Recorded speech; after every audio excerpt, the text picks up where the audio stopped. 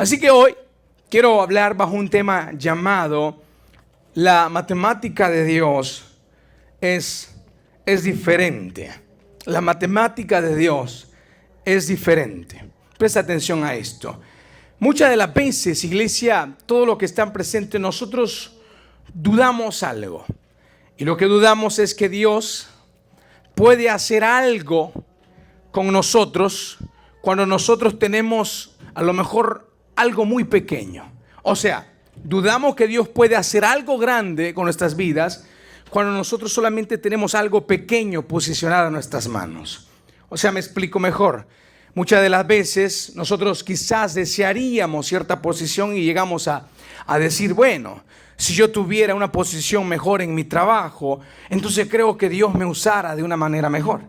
O a veces pensamos y decimos, bueno, Byron, pero tú hablas que Dios me puede usar, pero solamente si quizás tuviera las mejores finanzas, entonces Dios me pudiera usar. A veces quizás nos atrevemos a decir y decimos, no, Byron, de la familia que yo vengo, no creo. Mi familia es una familia pobre, no creo. Si viniera de la familia real, quizás Dios me usara. Quizás si tuviera a lo mejor un mejor carro, Dios me usara. Si tuviera mejores ingresos, quizás Dios me usara. Incluso algunos se atreven a decir, bueno, si yo fuera más guapo, entonces quizás Dios me usara. O a lo mejor si fuera más talentoso, entonces quizás Dios me usara. Ahora, yo quiero que sepas algo en esta noche, todos los que están presentes, que Dios no trabaja de esta manera. Entonces, cuando nosotros nos alineamos en este pensamiento, tendemos a dudar, tendemos a llenarnos de incredulidad y pensar que Dios no puede hacer algo grande con lo poco que nosotros poseemos en nuestras manos. Solamente llegamos a creer, quizá, si es el caso que logramos a creer, que Dios puede hacer algo poderoso y algo grande si es que tenemos algo grande en nuestras vidas. ¿Me explico, iglesia, o no me explico? Cuando nosotros hablamos sobre la matemática de Dios, que es diferente, yo quiero tomarme estos minutos de esta noche de vigilia para mostrarte a través de las Escrituras que no es como nosotros pensamos. Dios trabaja de una manera muy diferente y más grande que la nuestra. No se te olvide que Dios dice que sus pensamientos son más grandes que los tuyos y que sus caminos, así como el cielo es más alto que la tierra, también son más grandes que tus caminos. Dios trabaja de una manera muy diferente, muy especial. Así que las matemáticas de Dios no se alinean a la matemática que nosotros normalmente manejamos en nuestra mente. Byron, ¿cómo así? ¿Te puedo contar una historia o no te puedo contar una historia, iglesia? En el libro de Jueces, capítulo 7, hay una historia de un hombre llamado Gedeón. Y esta historia habla de este hombre, el cual Dios lo elige para libertar a su pueblo. En el capítulo 6 de Jueces, un capítulo antes, la Biblia dice que los madianitas tenían bajo opresión a los israelitas. Byron, ¿qué tanta opresión existía sobre los israelitas? Bueno, presta atención. Dice la Biblia que los israelitas cultivaban y cuando ya era el tiempo de la cosecha, llegaban los madianitas y les robaban todo el cultivo. Imagínate trabajar por 6 meses por tu cultivo, por el maíz, por el frijol, por el arroz, por el trigo. Y de repente viene el enemigo y se le ocurre querer robarte lo que tú trabajaste por 6 meses y no puedes hacer nada. Estás bajo opresión de tu enemigo. Dice la Biblia que los madianitas les robaban el producto del campo, les robaban todo el trigo, les robaban todo el alimento. Y no solamente esto, dice que los madianitas les robaban a los israelitas los bueyes, les robaban las vacas y también les robaban los asnos. Imagínate, iglesia, pongámonos en la posición de Israel en este momento. ¿Te imaginas qué opresión estaba viviendo Israel en este momento? Todo les robaban, trabajaban para nada, le quitaban todo de su posesión y no había nada que podían hacer. Sin embargo, dice la Escritura que Israel por fin, escucha bien esto, iglesia, por fin se atreven a clamar a Dios. Después de como 7 años de opresión, dice: Señor, escucha nuestro clamor, escucha nuestra oración y libértanos. Y Dios desde los cielos presta atención y dice: los voy a libertar, dice el Señor. Yo voy a hacer venganza contra sus enemigos. Entonces, dice las Escrituras, en el capítulo 7 de Jueces, que Dios visita a este hombre llamado Gedeón. Y le dice: Gedeón, se le aparece: te voy a usar a ti, Gedeón, hombre valiente y esforzado, para poner en libertad a mi pueblo. Cuando Gedeón escucha esto, dice: ¿cómo? ¿Puede volver a repetir eso? ¿Cómo valiente y esforzado? Sí, sí, dice el ángel del Señor. A ti, varón valiente y esforzado, yo, dice Dios, te voy a usar para poner en libertad a mi pueblo de la opresión de los madianitas, le dice el Señor a Gedeón. Cuando Gedeón escucha esto, no pienses, iglesia, que fue el tipo creyente que se llenó de fe y dijo: amén. Gloria a Dios, siento la unción para liberar a los israelitas, siento la unción para liberar a este pueblo. No, este tipo de creyente fue que cuando escuchó que la voz de Dios le dijo: te voy a usar a ti, Gedeón, fue de aquellos que tuvieron una duda y dijo: Señor, ¿yo? ¿En serio? ¿No puedes elegir quizás otra persona mejor que yo? Yo, le dice Gedeón, yo vengo de la familia más pobre de Manasés, o sea, de los más bajos de finanzas. No tenemos nada. Además, dice Gedeón, yo soy el menor de mis hermanos, quizá el más débil. ¿Qué puedo hacer yo? Presta atención a esto. Gedeón simplemente en su mente y en su corazón, lo que tenía incrustado, lo que tenía en sus manos quizá era duda. Y no creía en ese momento que Dios podía usarlo. Presta atención, iglesia. Lo podía usarlo para liberar al pueblo israelita. Entonces le dice: yo, Señor, soy el menor, mi familia es la más pobre, ¿qué podemos hacer? Y Dios le dice: tranquilo, Gedeón, porque tú no vas a ir solo, yo voy a ir contigo. Cuando Gedeón escucha esto, dice: ok, bueno, vamos a aceptar esto. Pero Señor, si es que tú me estás hablando, confirma esto. Mira, no paraba la duda. Confirma de esto. Señor, te pido que si tú me hablas, te pido que si tú me estás hablando, me confirmes esta palabra. Que en la mañana yo voy a poner, dice, por la noche voy a poner un rollo de lana en el campo. Y yo te pido que la señal sea que solamente caiga rocío sobre el rollo de lana, el cual yo voy a poner en el campo. Y así hizo Gedeón para confirmar que quizá Dios le estaba hablando. Entonces dice que Gedeón sale al campo, pone la lana, un rollo de lana en el campo y se va a dormir. El siguiente día se despierta y cuando va se da cuenta de algo. Te lo puedo contar, iglesia. Que el rocío solamente había caído sobre el trozo o el rollo de lana. No había rocío alrededor del campo. Lo agarró y lo exprimió y había agua. Había rocío. Y dijo: Jehová, tú me has hablado. Pero sabes, no se conformó con eso. Por favor, Dios, le dice, no te vayas a encender en ira contra mí, pero te pido que una vez más me confirmes si es que tú me estás hablando. Le dice Gedeón. Mira, ¿qué más quería Gedeón, iglesia? Ya le estaba hablando muchísimo. Ahora lo voy a volver a poner un nuevo rollo de lana. Y te voy a pedir que caiga rocío en todo el campo, pero que no caiga en el rollo de lana, al contrario. Y lo puso y se fue a dormir. El siguiente día Gedeón se levanta, se pone en pie y va al campo y se da cuenta que todo el campo estaba lleno de rocío. Y va y toca el rollo de lana y se da cuenta que el rollo de lana no había tocado ni una gota de rocío. Estaba totalmente seco. Lo exprimió, no había agua. Dios una vez más había confirmado que Él estaba hablando. Que Él estaba diciendo: Gedeón, yo te voy a usar para poner en libertad a mi pueblo israelita de la opresión de los madianitas. Ahora quiero que prestes atención a esto. Gedeón no se creía el supercreyente. Gedeón simplemente era un hombre lleno de dudas en ese momento. Él escuchó la voz que Dios le dijo: te voy a levantar, te voy a usar, yo voy a ir contigo. Aparte de eso le confirmó 2 veces. Y encima de esto todavía Gedeón tenía duda. ¿Me explico, iglesia? Tenía duda. Sin embargo, ya para arrancar en el capítulo 7 de Jueces, entonces Gedeón se llena de valor y dice: sí, Señor, voy a hacer tu voluntad. Acá estoy, heme aquí, soy tu siervo para ir a libertar a tu pueblo israelita de la opresión de los madianitas. Dice las Escrituras, iglesia, que los israelitas se levantaron en contra de los madianitas y levantaron un ejército, presta atención, un ejército de 32,000 soldados. O sea, Gedeón preparó a un ejército de 32,000 soldados y dijeron: vamos a ir a la batalla porque Dios nos va a dar la victoria.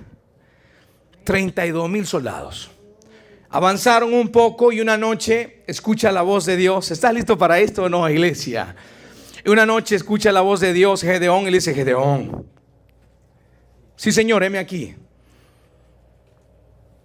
Los soldados que tú llevas son muchos.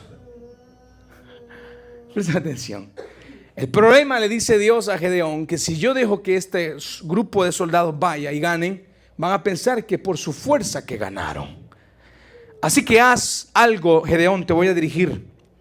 Mañana que te pongas en pie por la mañana, háblale al pueblo, haz una reunión muy grande y pregúntales a todos aquellos que sientan temor de ir a la guerra, diles que están con el permiso de regresar al campamento. Imagínate. Presta atención a esta historia. El siguiente día Gedeón se pone en pie y hace la reunión en todos los soldados, 32,000 soldados. Y Gedeón dice: escuchen bien, Dios me ha hablado y quiero darles una noticia a todos aquellos que sienten temor y no sienten ganas de ir a pelear, no tienen fuerzas. Están autorizados sin ninguna pena que ustedes regresen hacia el campamento. Y uno puede pensar, quizás tal vez unos 10 van a regresar, ¿no? Todos los demás están dispuestos a ir a la batalla. Dice las Escrituras que en el campamento con Gedeón solamente quedaron 10,000 soldados. 22,000 se dieron la vuelta y regresaron al campamento. 22,000 soldados, más de la mitad. Y solamente quedaron 10,000.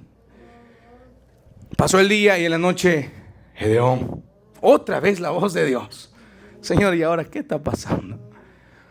Los soldados que tienes son muchos. ¿Cómo que muchos? Le dice: vamos a hacer algo. Mañana se van a dirigir hacia el arroyo, le dice Dios a Gedeón. Y vas a separar un grupo del otro grupo. El grupo número 1, tú vas a prestar mucha atención, Gedeón. Y los soldados que se agarren el agua con sus manos y laman el agua como un perro, los pondrás a un lado. Y los soldados que se arrodillen y tomen agua como normalmente nosotros tomamos agua, eso, le dice Dios, me lo vas a poner al otro lado, los vas a separar. El siguiente día dijo: vamos a ir al arroyo para que todos beban agua. Y Gedeón estaba pendiente a ver qué soldados le hacían y qué soldados se arrodillaban y tomaban agua como soldados de veras, ¿no? Se da cuenta y entonces Gedeón pone a un lado los soldados que lamieron el agua con la lengua y puso al otro lado a los soldados que se arrodillaron. Presta atención a esto. Los soldados que se arrodillaron, la cantidad de soldados fueron de 9,700 soldados. Y los soldados que lamieron el agua solamente eran 300 soldados. ¿Y quién hubiera querido que Dios le hubiera dicho: llévate los 9,700, los que se arrodillaron, y no los que lamieron el agua? No, Gedeón, llévate a los que lamieron el agua, que solamente son 300, y los demás despáchalos. Escucha bien esto, iglesia. Cuando tú escuchas esta historia, dices: bueno, pero Señor, me dijiste que me ibas a dar victoria. Me dijiste que me ibas a entregar en mis manos a los madianitas, pero ¿y 300 hombres? Sí, dice Dios, tranquilo. Con 300 hombres tú vencerás. 9,700 se regresaron al campamento donde ya estaban 22,000 soldados. Y solamente quedaron 300 hombres. Esto es lo que narra Jueces capítulo 7. Dice esa escritura que entonces Gedeón obviamente no le quedó de otra y dijo: voy a creer. Voy a confiar que tú eres Dios y tú harás conforme a tu palabra. Qué hermoso es esto. Dice la escritura que Dios le dio direcciones y le dijo lo siguiente: Gedeón, vas a ir al campamento de los madianitas cuando ya caiga la noche. Y le vas a dar a cada uno de los soldados, de los 300 que tú tienes, incluyéndote a ti, lo único que les vas a dar es una trompeta. Préstame atención. Una antorcha encendida y un cántaro vacío. Entonces, Byron, ¿qué van a pelear con cantarazos? Y presta atención, no le dijo, qué bueno hubiera sido, dale espada, dale lanza, dale jabalina, dale escudo, nada de eso. Dios le dice, dales trompetas. A trompetazo quizás los iban a agarrar a los madianitas. Dales una antorcha encendida y dales un cántaro vacío. Eso es todo lo que Dios le dice a Gedeón. Y dice, ok, lo vamos a hacer. Una trompeta, un cántaro vacío y una antorcha encendida. Es todo lo que llevaban. Presta atención. Los soldados de los madianitas eran guerreros, ¿de acuerdo? Que tenían bajo opresión a Israel. Eran personas entrenadas que estaban dispuestas a pelear. Era un gran número. Quizá multiplicaban por mucho número a los israelitas, que solamente iban 300 soldados. La pregunta acá es, ¿cómo es posible que 300 soldados van a ir a enfrentar a mucha cantidad del ejército de los madianitas? Es acá donde quiero entrar con lo siguiente. Delante de nuestros ojos es imposible que 300 soldados puedan obtener la victoria sobre un ejército muy grande en número. Porque para nosotros la matemática trabaja de que si tenemos mucho, entonces podemos lograr mucho. La matemática nuestra es que si tenemos poquito, entonces podemos lograr poquito. La matemática de Dios es totalmente diferente. Y Dios dice, si ustedes tienen mucho, yo puedo hacer mucho. Si ustedes tienen poco, yo también puedo hacer mucho. Es igual. Poco o mucho, yo hago mucho, dice Dios. Dice la Escritura que Dios manda a Gedeón y le da las siguientes direcciones. Vas a llegar al campamento y vas a repartir tu grupo en 3 grupos de 100, o sea, eran 300. Y los vas a rodear a los madianitas. Cuando se te dé la dirección, tú vas a gritar y vas a gritar también juntamente contigo, Gedeón, le dice Dios, todo el ejército. Y van a gritar y van a decir, por la mano de Jehová y por la mano de Gedeón. Todos al mismo tiempo, y van a quebrar el cántaro y van a sonar las trompetas, dice el Señor. Los rodearon. Dicho y hecho, estaban en la noche todo oscuro, algunos estaban durmiendo, y en el momento que cambiaron los centinelas, es donde toman posesión los israelitas. No sé si así caminaban, pero lo voy a caminar así, sin ruido. La antorcha la llevaban dentro del cántaro vacío para que no se dieran cuenta que venía el enemigo, Dios. Y la trompeta en la otra mano, porque estaban listos para sonar la trompeta con todo el poder, con todo el power. Cuando Gedeón da la señal, todos los israelitas quiebran el cántaro, la antorcha sale y suena la trompeta. Y aquellos, los madianitas, estaban quizá en el quinto sueño, roncando quizá como nunca. Y cuando escuchan el grito, la trompeta y ven el fuego alrededor, dijeron, nos emboscaron. No sabían que solamente eran 300 pelones que estaban alrededor de ellos. Ellos no lo sabían. Ellos dijeron, gran ejército se levantó en contra de nosotros, y empezaron a dar vuelta. Todos se levantaron, todos juntos. Y dice las Escrituras que Dios confundió a los madianitas y puso espada contra espada de ellos mismos. Y se terminaron matando entre ellos en gran parte, y la otra parte salió huyendo de los israelitas. Jueces capítulo 7 narra la victoria que Dios le dio a los israelitas con tan solo 300 hombres sobre un ejército muy poderoso, muy fuerte. Con solamente una trompeta, un cántaro vacío y una torcha encendida. Fue todo lo que usaron. No usaron lanza, no usaron escudo, no usaron espada, no tenían nada de eso. Fue lo que Dios les dio y dijo, yo voy a glorificarme. Y Dios le dio la victoria. ¿Sabes por qué, iglesia? Porque la matemática de Dios es totalmente diferente a la matemática nuestra.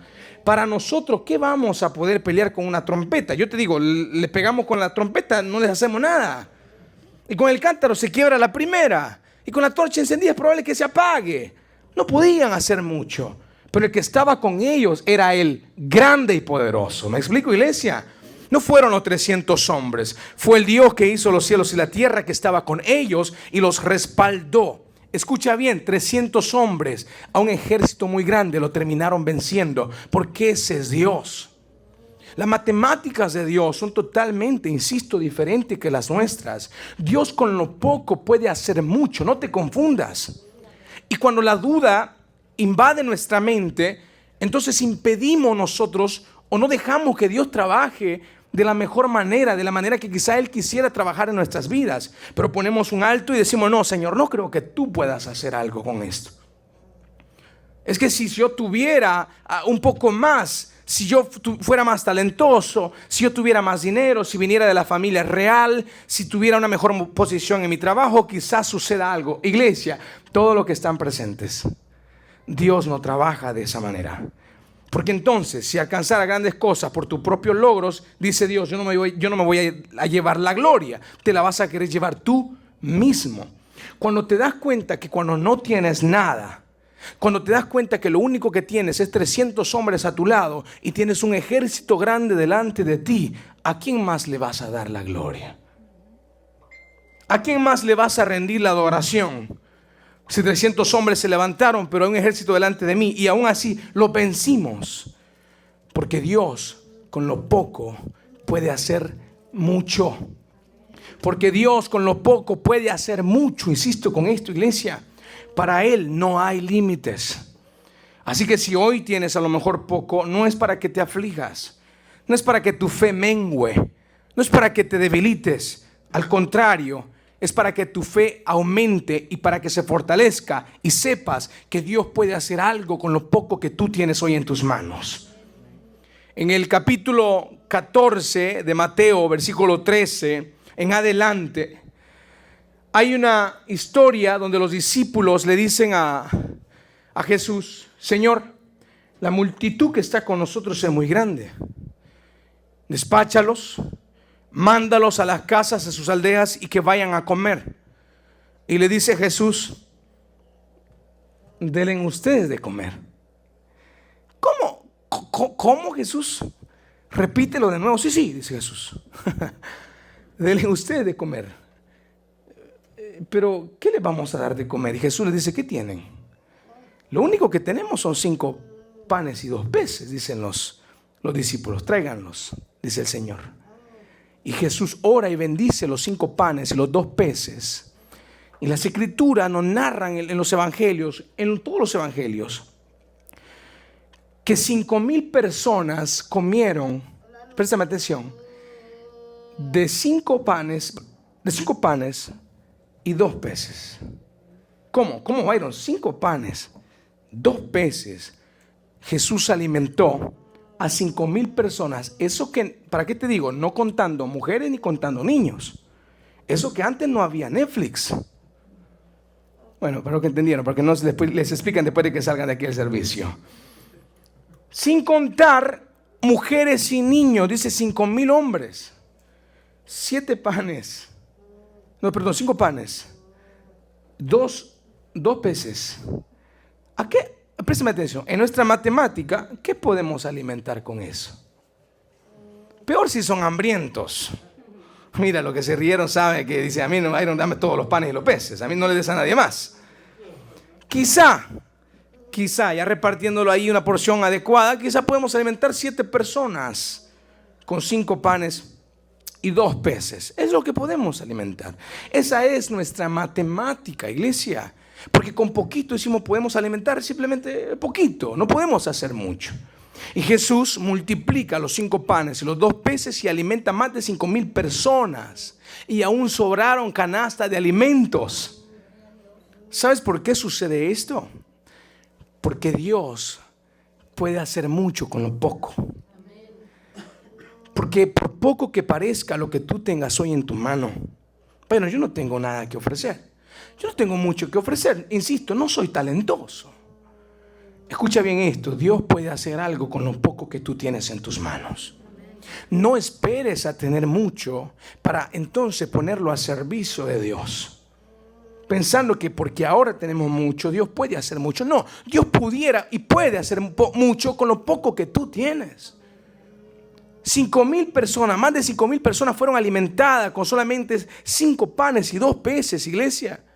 En Lucas capítulo 5 nos narra otra historia. Los discípulos, Pedro, antes de conocer a Jesús, entre otros su hermano, estaban pescando. Y dice las escrituras que toda la noche habían pescado y no habían capturado ni siquiera un pez toda la noche.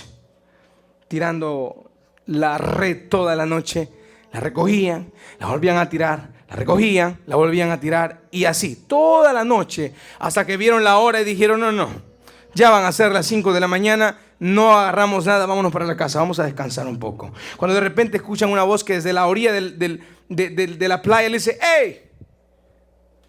¿Quién gritó? Y le dice ese hombre: tiren la red para acá, allí hay peces. ¿Están escuchando eso?, dice Pedro con los otros discípulos. Sí, le dice ese hombre. ¿Sabes quién era ese hombre, iglesia? Era Jesús. Tiren la red para acá, van a encontrar peces. Y pues Pedro dijo: bueno, ¿qué más hay? Una vez más que la tiremos, ya tiramos 1000 veces toda la noche, no importa. Vamos a tirarla en tu palabra, como tú lo dices, hombre. Agarran la red y tiran la red. Y empezaron a sentir un movimiento que normalmente no habían sentido toda la noche, porque empezaron a alar y dijeron: esto está pesado. Y empezaron a alar la red, y se dieron cuenta que la red venía llena de peces. Dice que casi la red se estaba a punto de romperse de tantos peces que traía la red. Qué hermoso es esto. No pudieron con la primer barca. Llaman a sus amigos que estaban a la orilla: vénganse, aquí hay más peces. Y fueron los amigos y también llenaron su barca de peces. 2 barcas de peces en tan solo menos de 1 minuto. Toda la noche ellos habían pasado pescando y no habían agarrado ni siquiera, quizás ni una piedra, quizás por allí que se les atravesó. Nada. Bastó 1 minuto que Jesús estuviera en el asunto. Bastó 1 minuto, una orden de parte de Jesús. Bastó un instante, bastó una dirección de parte de Dios y llenaron sus barcas de peces. Me estoy dando a explicar, iglesia. 1 minuto. Y cualquiera puede decir: Byron, pero yo he pasado toda la noche pescando, no creo que Dios haga algo ya en el próximo minuto. No te rindas, No piense que Dios no puede hacer algo en el último minuto con lo poco que queda. Probable que dice: Byron, yo ya estoy viejo, ¿qué Dios puede hacer conmigo? Ya pasé mis mayores años y nunca en realidad he salido adelante. He sido necio desde que nací. ¿Qué más me puede esperar? No te rindas. Con lo poco que tú tienes hoy, Dios lo puede hacer en un instante, en 1 minuto, porque para Dios no hay nada imposible. Y con lo poco que hoy podemos ofrecerle a Dios, quizás tenga los últimos años de vida y quizás los consideremos por poco esos años. Insisto, quizás me diga: bueno, yo estoy un poco anciano, ya no creo, yo estoy ya más para allá que para acá. Y tú dices: tranquilo, porque me doy cuenta que en Lucas 5, en un instante llenaron 2 barcas de peces, lo que quizás en toda la noche no llenaron, pero porque Jesús estaba en el asunto. Y si Jesús está en el asunto, lo poco que tú tienes, el último tiempo, quizás sea el tiempo extra en el partido, Dios puede hacer algo con respecto a eso, iglesia. Si tan solo nosotros, como dijo el apóstol Pedro en ese momento: lo voy a hacer pero en tu palabra, así que si la he hecho, pues ya salí de mi responsabilidad, no agarré nada. Pero sin embargo agarró la mayoría de peces, todos los peces agarró en ese momento. Entonces Jesús lo pudo hacer. Me estoy dando a explicar, iglesia. Con lo poco Dios puede hacer algo, porque estas son las matemáticas de Dios, son diferentes a las nuestras. En 1 Timoteo capítulo 4 versículo 2, lo leemos todos juntos. Quiero que lea esto conmigo, lo que el apóstol Pablo le dice a Timoteo: ninguno tenga en poco tu juventud, sino sé ejemplo de los creyentes en palabra, conducta, amor, espíritu, fe y pureza. Presta atención. Lo que el apóstol Pablo le dice a Timoteo: ninguno tenga en poco tu juventud. Lo que tú no sabes es que Timoteo era un hombre muy joven cuando empieza a pastorear la iglesia de Éfeso. Y claro, Pablo le escribe esto porque en su momento quizá iban a haber personas que no iban a creer en Timoteo siendo pastor de una iglesia, porque quizás era un hombre joven. Entonces Pablo le habla a Timoteo y le dice: no tengas en poco tu juventud. Porque Dios puede hacer grandes cosas con esa juventud que tú tienes, le dice. Prácticamente son las palabras que usa Pablo. Que nadie tenga en poco lo joven que tú eres. Que nadie ignore la juventud. Al contrario, tú encárgate de ser un ejemplo.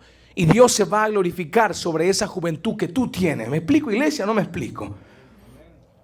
Y muchas personas, cuando yo meditaba sobre esto, yo me sentí muy identificado.